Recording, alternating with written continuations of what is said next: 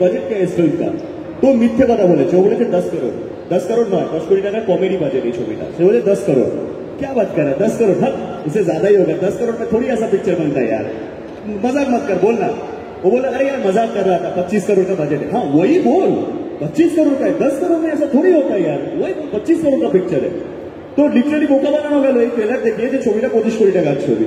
তো আমি শুধু এটুকুই বলছি, এতে আমার জিরো ক্রেডিট, তার কারণ পুরোটাই অ্যাচিভ করতে পেরেছে আমাদের বাংলা টেকনিশিয়ানরা, আমার প্রোডাকশন টিম সকলেই, যে কিভাবে আমাদের বাঙালি টেকনিশিয়ানরা কি করতে পারে, তাদের হাতে কি জাদু আছে। মির্জা তার একটা উদাহরণ। স্ক্রিপ্ট শুনতে গিয়েছিলাম, শুনতে গিয়ে আরো ভয় পেয়ে গেছিলাম, যেটা একটা সত্যিকার অ্যাকশন ছবি। এবং এটা আমি শুনতে শুনতে এইটুকুনি অভিজ্ঞতা আছে যে এই স্কেলের ছবি করতে গেলে কি পরিমাণ খরচ হতে পারে। তো অঙ্কুশ যখন আমায় বললো যে এটা আমার নিজের প্রযোজনা, আক্ষরিক অর্থে আমি ভয় পেয়েছিলাম নিজের ভাইয়ের মতো বলে, যে কত বড় একটা ঝুঁকি ও জীবনে নিচ্ছে। কিন্তু মুখের দিকে তাকিয়ে দেখেছিলাম যে কি কনভিকশন নিয়ে একটা মানুষ এই কাজটা করছে, কি পরিশ্রম করে। ওকে যারা ভালোবাসে এরকম কিছু মানুষ ওর আশেপাশে আছে। আমরা তো পেশাদার অভিনেতার মতো কাজ করে এসেছি, ওই কদিনের শুটিং ছাড়া প্রতিদিন প্রতি মুহূর্তে প্রতিটা ঘন্টায় অঙ্কুশ হাজরার প্রোডাকশন এবং অঙ্কুশ রবীন্দ্র যারা পরিশ্রম করছে।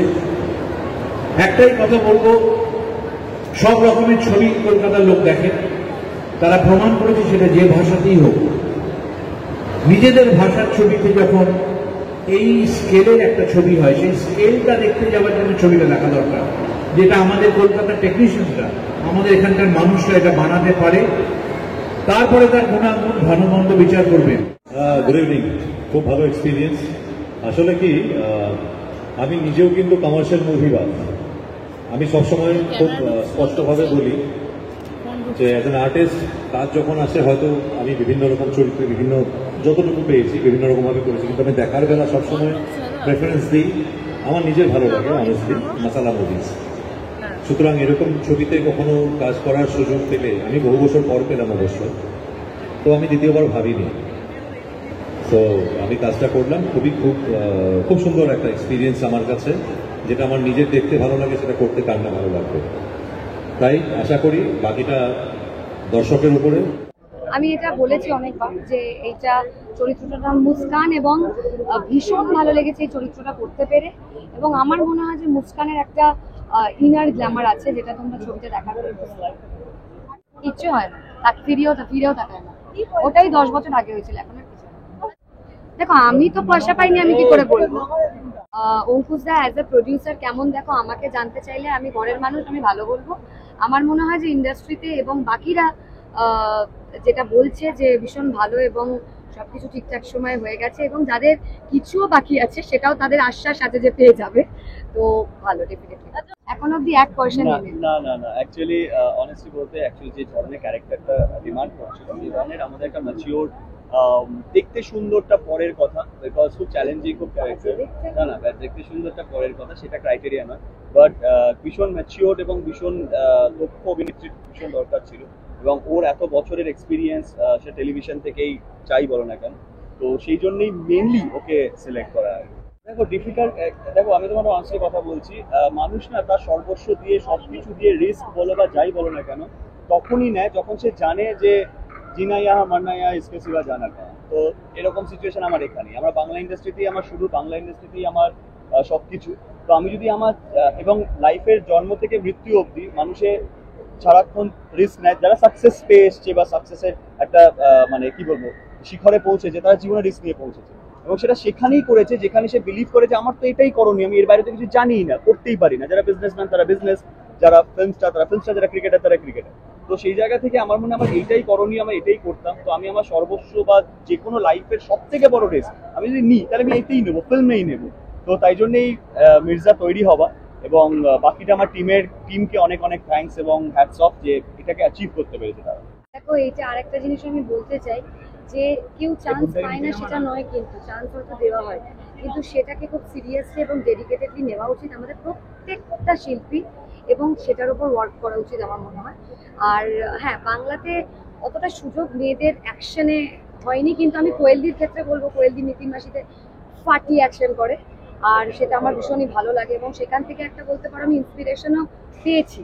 আমি চেষ্টা করেছি যতটুকুনি আমাকে দিয়ে এখানে অ্যাকশন করানো হয়েছে সেটা যেন কোনোভাবে শুধু ওই দেখে বোঝা যায় একজন মেয়ে করছে, আর জামাতে পোশাকে যেন বোঝা যায় একজন মেয়ে, আদারওয়াইজ অ্যাকশন ওয়াইজ যেন বোঝা না যায় যে একজন মেয়ে করছে। আমাকে জিমে প্রথম দেখা, সেটা হতে পারে, বাট সব থেকে বেশি আমরা দুজনে রিফ্রেশ করছিলাম কি জানো তো, যে একটা গানের মতো শুট হচ্ছে, সেটা সব থেকে বড় কথা।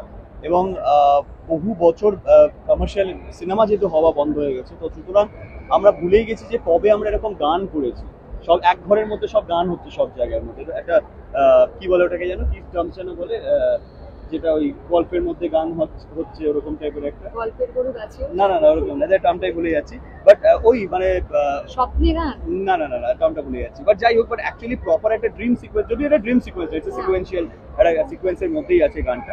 বাট সাপোজ আমি যে টাইটেল ট্র্যাকটা বলি, তো টাইটেল ট্র্যাকের মতো ওরকম গ্র্যান্ড গান কবে হয়েছে আমি মানে মনে নেই আমার। তো আমার মনে হয় যে এইটা হওয়াটা খুব দরকার। তো ওইগুলো বেশি এনজয় করেছি যে হ্যাঁ, we are making a cinema, একটা সিনেমার মতো সিনেমা বানাচ্ছি মনে হচ্ছে যখন করছি। এক্সপেকটেশন আস্তে আস্তে বেড়ে যায় যখন আরো বেশি রিলিজের দিকে আসে, ভাইব একটা হাইপ পুরো দেখে বোঝা যায়।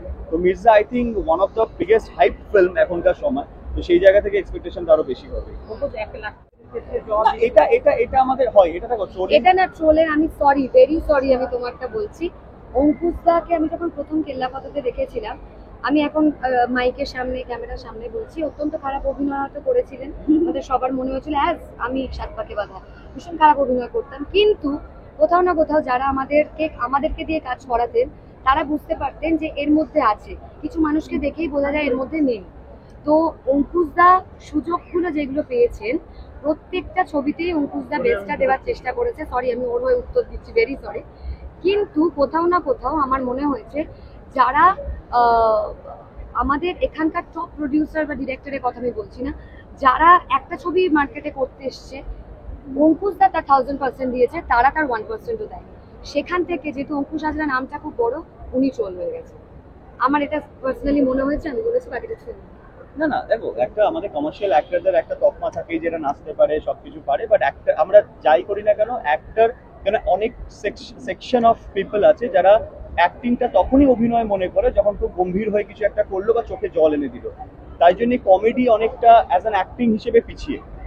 কমেডিটাকে না সেইভাবে কেউ রেসপেক্ট করে না, যে কমেডি একটা মানে সে অ্যাক্টর নয়, একটা সেই যে খুব সিরিয়াস গম্ভীর অভিনয় করবে এবং আমাদের মুগ্ধ করে দেবে, এটাই ধরা হয় অনেক সময়। তো আমরা যখন খুব লাড়ালাপ্পা টাইপের বা রম কম করি, তো তখন আমাদের সেভাবে অভিনয় তকমাটা দেওয়া হয় না, বা সেটাতে কোনো আফসোস নেই, সেটা নয়। কিন্তু হ্যাঁ, আমি এমন কাজও পেয়েছি যে মাস অ্যান্ড ক্লাস দুটোকে কেটার করার মতো এবং বিশ্বাস জাগানোর মতো অ্যাজ অ্যান অ্যাক্টর আমি সেই সুযোগটা পেয়েছি।